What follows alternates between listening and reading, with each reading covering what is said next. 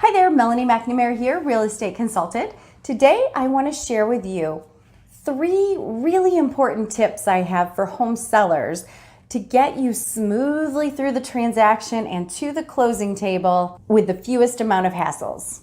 Now these 3 tips pertain to your home inspection. Something I think many sellers don't utilize enough is a pre-list inspection.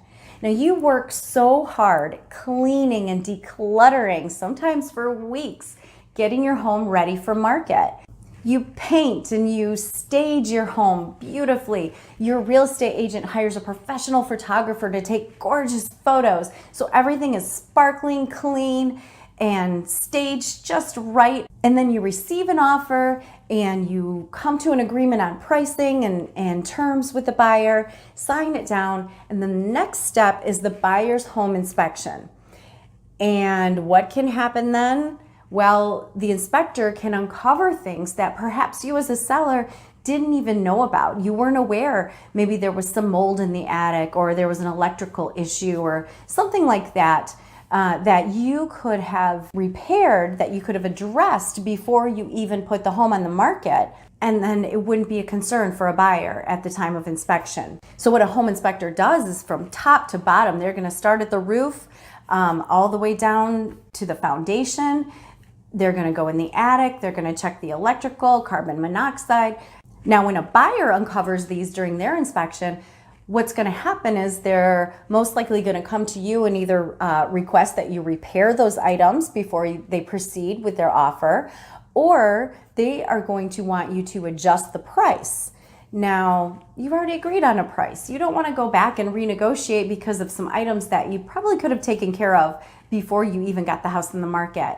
And then the next tip is during the home inspection, when the buyers come in, you do not want to be present. Make sure that you are not there for the inspection. You leave for the showings, you're going to leave for the home inspection as well. You don't want to make that buyer uncomfortable or perhaps say something that makes them question something about the house, whatever it might be. Even if you're like, oh, I'm just going to sit quietly in the other room, the buyer's going to be uncomfortable and not able to really talk with their inspector or talk amongst themselves. They may have a bad perception of how that home inspection went. So just go ahead and leave and let them do their job.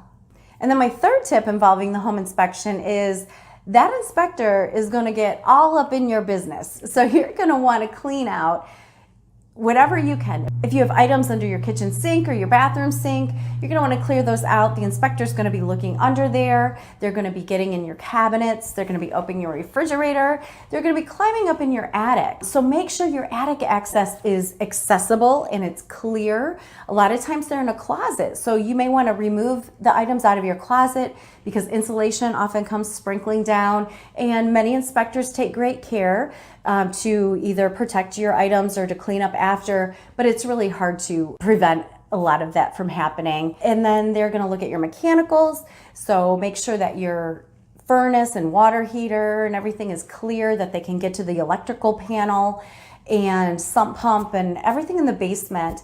And if you have items packed up, stacked along the walls in your basement, the inspector is not going to be able to see the basement walls and look for evidence of water intrusion or cracking or foundation issues.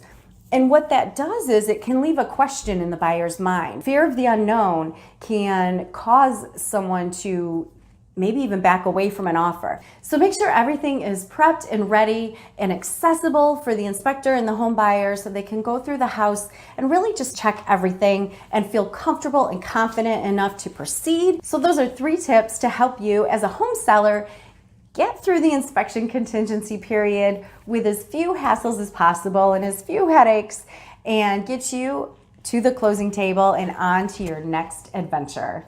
So now I'd love to hear from you. In the comments below, let me know if I missed any tips as far as the home inspection contingency is concerned, or if you have any questions. And I'd love it if you would subscribe to my channel, and you can click that little bell so every time a new video is posted, you are alerted. And let me know if there's any topics you'd like me to cover in a future video. Thank you so much for watching, and I really appreciate you. I'll see you next time.